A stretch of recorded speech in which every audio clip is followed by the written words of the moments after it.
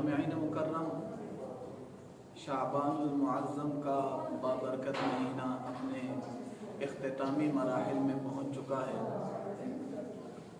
چند ہی ایام کے بعد رمضان المبارک کا مہینہ شروع ہونے والا ہے۔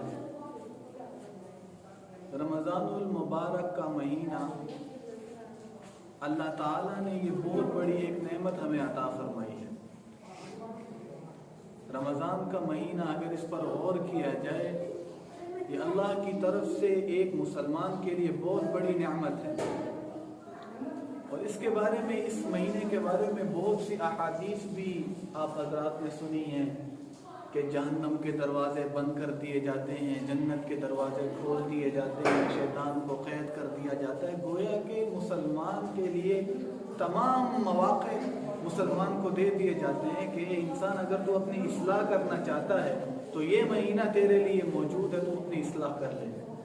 اے انسان اگر تو اپنی عادات کو تبدیل کرنا چاہتا ہے تو یہ مہینہ تیرے پاس موجود ہے، تو اپنی عادات کو تبدیل کر لے۔ تو رسول اللہ صلی اللہ علیہ وسلم نے وہ معاشرہ جو معاشرہ خیر القرون کہلایا، تمام زمانوں میں سے بہترین زمانہ کہلایا، یعنی صحابہ کرام کا زمانہ، رسول اللہ صلی اللہ علیہ وسلم نے اس معاشرے کو کیسے بنایا؟ دیکھیں، وہ معاشرہ شروع سے ہی خیر القرون نہیں تھا، بلکہ اس معاشرے کے تو لوگوں کو بڑے بڑے گناہوں کے کرنے کی عادت تھی۔ جوا کھیلنے کی عادت ان میں موجود تھی، شراب پینے کی عادت ان میں موجود تھی، گھوڑا دوڑاتے تھے، ایک کا گھوڑا آگے چلا جائے اسی پر ان کی قتل و قتال کی جنگیں نسل در نسل چلتی تھی، بچی پیدا ہو جائے زندہ درگور کر دیتے تھے، غیرت کے نام پر قتل کرنا عام تھا۔ رسول اللہ صلی اللہ علیہ وسلم نے اس معاشرے کو مرتب کیا، کیسے؟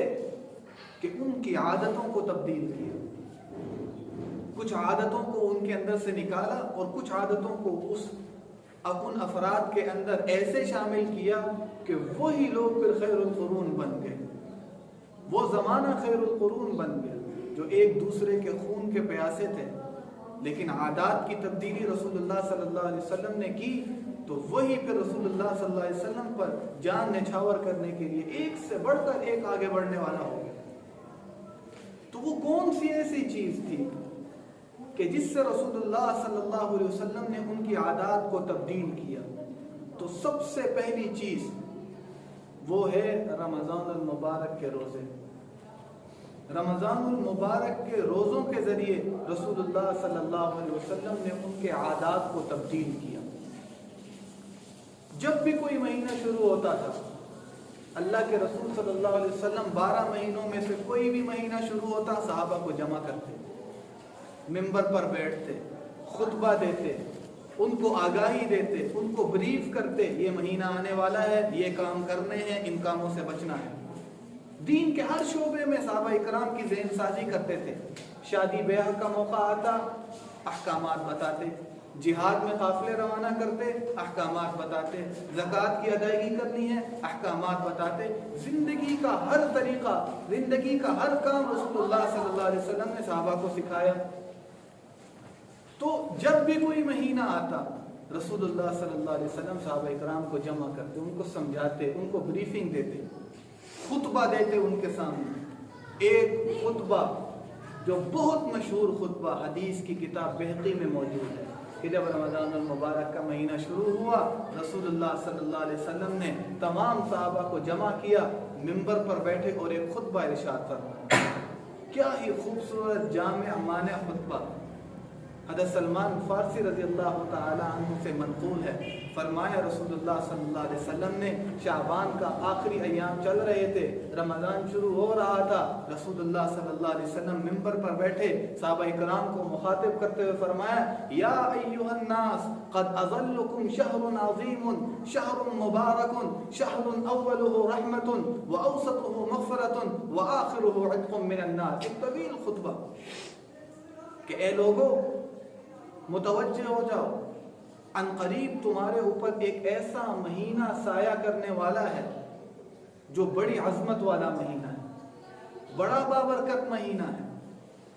شہر اولہ رحمت واوسطہ مغفرۃ وآخرہ عتق من النار۔ اللہ تعالیٰ نے اس مہینے کو 3 حصوں میں تقسیم کیا ہے. پہلا حصہ رحمت کا ہے، دوسرا حصہ مغفرت کا ہے، اور تیسرا حصہ جہنم کی آگ سے نجات کا ہے. پھر آگے رسول اللہ صلی اللہ علیہ وسلم نے مزید فرمایا وَهُوَ شَهْرُ الصَّبْرِ وَشَهْرُ الْمَوَاسَاتِ کہ یہ مہینہ صبر کا مہینہ ہے. وَشَهْرُ الْمَوَاسَاتِ یہ مہینہ غمخواری کا مہینہ ہے، یہ مہینہ صبر کا مہینہ ہے. مولانا علی قاری رحمۃ اللہ علیہ فرماتے ہیں 11 مہینے انسان اللہ کی نعمتیں کھاتا ہے، اللہ کی نعمتوں کو استعمال کرتا ہے، اس پر شکر ادا کرتا ہے. یہ مہینہ صبر کا ہے. 1 مہینہ انسان ان کھانے پینے کی چیزوں سے اپنے آپ کو روک لیتا ہے، صبر کر لیتا ہے. تو وہ شہر الصبر یہ صبر کا مہینہ ہے. پھر صحابہ اکرام کو فرمایا وَهُوَ شَهْرُ الْمَوَاسَاتِ کہ یہ مہینہ غمخواری کا مہینہ ہے. اس میں انسان دوسروں کی بھوک کا پیاس کا احساس کرتا ہے، غریب غربا کی بھوک کا احساس کرتا ہے، اپنے کمزور پڑوسیوں کی بھوک کا احساس کرتا ہے، اپنے غریب رشتہ داروں کی بھوک کا احساس کرتا ہے. تو اس خطبے کے اندر گویا رسول اللہ صلی اللہ علیہ وسلم امت کو، صحابہ کو سمجھا رہے ہیں کہ ہم نے رمضان کیسے گزارنا ہے، ہم نے رمضان میں کیا کام کرنے ہیں، طریقہ کار بتا دیا. تو وہ جواب بھی ہمارے پاس آ گیا کہ ہم نے رمضان المبارک کیسے گزارنا ہے. رسول اللہ صلی اللہ علیہ وسلم جب رمضان کا مہینہ آتا تھا اپنی ذمہ داریوں سے بالکل چھٹی نہیں کر لیتے تھے، اپنے سارے کاموں کو چھوڑ نہیں دیتے تھے، بلکہ ان کو ترتیب دیتے تھے، منظم کرتے تھے، سارے کام کرتے تھے، ترتیب دیتے تھے. تو اس سے معلوم ہوگا کہ ہم نے رمضان کا مہینہ کیسے گزارنا ہے. تو رسول اللہ صلی اللہ علیہ وسلم نے اس خطبے میں پھر صحابہ اکرام کو خطاب کرتے ہوئے فرمایا، صحابہ مخاطب تھے، حکم پوری امت کے لیے ہے. آگے فرمایا کہ دیکھو یہ جو مہینہ ہے اللہ کی رحمت اس مہینے میں بہانا چاہتی ہے. بس کسی طریقے سے یہ بندہ میری طرف متوجہ ہو، میں اس کو رحمتیں دوں، میں اس کی مغفرت کروں، میں اس کو جہنم سے دور کروں، ذرا یہ متوجہ تو ہو. ترغیب دیتے ہوئے فرمایا کہ اس مہینے کے اندر جہاں تم فرائض کی ادائیگی کرتے ہو، جہاں تم فرائض کی ہو بالکل اہتمام سے ادا کرتے ہو، فرائض میں کوئی کمی کوتاہی نہیں چھوڑتے، وہاں نفلی عبادات بھی کثرت سے کرو، وہاں نوافل کا بھی اہتمام کرو. فرائض ادا کر رہے ہو وہاں نوافل کو بھی شامل کرو، نفلی عبادات کا بھی اہتمام کرو. آگے پھر رسول اللہ صلی اللہ علیہ وسلم نے مثال دے کر فرمایا کہ نفلی عبادات کرو گے تو اللہ کتنا ثواب دے گا. نفلی عبادت کیا ہے؟ فرض نماز کے بعد جو نوافل پڑھتے ہیں، اشراق، چاشت، اوابین، صلاۃ الحاجہ اور استغفار، صلاۃ استغفار، صلاۃ التوبہ اور تہجد، یہ ساری نفلی عبادات ہیں. قرآن کی تلاوت، ذکر، اذکار، تسبیح، اللہ کے راستے میں خرچ کرنا، صدقات، یہ سب چیزیں رمضان المبارک میں شامل ہیں. فرمایا رمضان المبارک میں نفلی عبادات کا بھی اب شوق سے ادا کرو، نفلی عبادات کی بھی اپنے اندر ان کا ایک شوق پیدا کرو، اہتمام سے ادائیگی کرو. فرمایا کہ جو شخص رمضان المبارک میں ایک نفل کام کرتا ہے، ایک نفلی عبادت کرتا ہے، فرمایا کان کمن ادا لہ فریضۃ فیما سوا کہ رمضان میں ایک نفل کام کا ثواب ایک فرض کے برابر ہو جاتا ہے. ایک نفلی عبادت کا ثواب فرض کے برابر ہو جاتا ہے. اور نفل اور فرض کے درمیان اتنا بڑا فرق ہے کہ انسان قیامت تک بھی نفل نماز پڑھتا رہے تو یہ فرض کے ایک سجدے کے برابر نہیں پہنچ سکتا. لیکن رمضان میں اس قدر اہتمام سے اس کی فضیلت کو بیان کیا. اور پھر آگے فرمایا وَمَنْ أَدَّى فَرِيضَةً فِيهِ کہ نفلی عبادت تو کرو گے، اللہ اس نفلی عبادت کا ثواب فرض کے برابر دے گا. پھر فرمایا کہ تم رمضان میں فرائض کی ادائیگی بھی کرو گے. رمضان میں جو شخص ایک فرض ادا کرتا ہے کان لہو کمن ادا 70 فریضۃ فیما سوا گویا اس کو 70 فرضوں کا ثواب ملتا ہے. ایک فرض کی ادائیگی کرے گا اللہ اس کو ضرب دیں گے 70 سے، 70 فرائض کی ادائیگی کا اس کو ثواب ملے گا. رمضان المبارک کو اس طرح کھول کر بیان کیا. اب جب لوگوں کو یہ معلوم ہوتی ہے فضیلت تو بہت سے لوگ کوشش کرتے ہیں کہ اپنی زکوٰۃ بھی پھر رمضان میں ادا کرنے کی کوشش کرتے ہیں کہ رمضان میں ایک بار زکوٰۃ ادا کریں گے اللہ 70 بار زکوٰۃ ادا کرنے کا ہمیں ثواب دے گا. تو اس چیز کو بھی ذہن میں رکھا جائے۔ پھر آگے رسول اللہ صلی اللہ علیہ وسلم نے اس خطبے میں صحابہ کرام کو ترغیب دیتے ہوئے فرمایا کہ دیکھو فضیلتیں ہو گئی، اب آگے چل کر فرمایا کہ جو شخص رمضان المبارک میں کسی روزے دار کو روزہ افطار کروائے گا، من فطر صائما فیہ کان لہ مثل اجرہ، کہ جو شخص رمضان میں کسی روزے دار کو روزہ افطار کروائے گا اس کو اس روزے دار کے برابر اجر و ثواب ملے گا، من غیر ان ينتقص من اجرہ شیء، اس روزے دار کے ثواب میں کچھ کمی کیے بغیر۔ اس طریقے سے عادتوں کو تبدیل کر رہے ہیں رسول اللہ صلی اللہ علیہ وسلم، اس معاشرے کے افراد کی عادتوں کو تبدیل کر رہے ہیں کہ ایک عادت ہے، ایک خواہش ہے کہ میں کھا لوں، ایک خواہش ہے کہ میرا بھائی کھا لے، اور رسول اللہ صلی اللہ علیہ وسلم نے فضیلت اسی کی بیان کی کہ جب تو دوسروں کو کھلانے کی تگودو کرے گا، اس کی کوشش کرے گا، تو اللہ تجھے اس قدر تجھے فضیلت دے گا، اس قدر ثواب بڑھا کر چڑھا کر دے گا۔ تو ایک عادت ہے میں کھا لوں، میں اپنی فکر کر لوں، لیکن رسول اللہ صلی اللہ علیہ وسلم نے اس خطبے کے اندر دوسروں کی فکر کرنے کی، دوسروں کے بارے میں ان کی بھوک کا خیال رکھنے کا صحابہ اکرام کے اندر جذبہ پیدا کیا کہ ایک روزے دار کو روزہ افطار کرواؤ گے تو اس روزے دار کے برابر اجر و ثواب ملے گا۔ اور اس چیز کو بھی ذہن نشین کر لیا جائے کہ افطار مال حلال سے کروایا گیا اور مال حرام سے نہ کروایا گیا۔ رسول اللہ صلی اللہ علیہ وسلم نے فرمایا بہت سے روزے دار ایسے ہیں دن بھر روزہ رکھتے ہیں، شام کو حرام مال سے افطار کرتے ہیں، پورا اپنا اجر و ثواب ضائع کر دیتے ہیں۔ تو رمضان میں خصوصی اس بات کا اہتمام کیا جائے کہ مال حلال سے افطار کیا جائے اور دوسروں کو کروایا جائے۔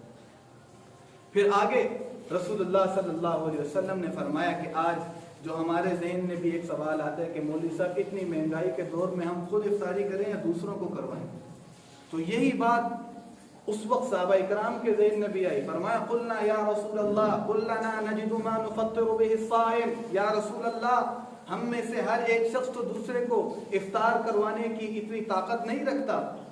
رسول اللہ صلی اللہ علیہ وسلم نے فرمایا من فطر صائما بشربۃ من ماء او تمر، کہ جو شخص روزے دار کو ایک گھونٹ پانی یا ایک کھجور سے بھی افطار کروائے گا، اللہ اس پر بھی اس کو پورا جو ثواب عطا فرمائے گا۔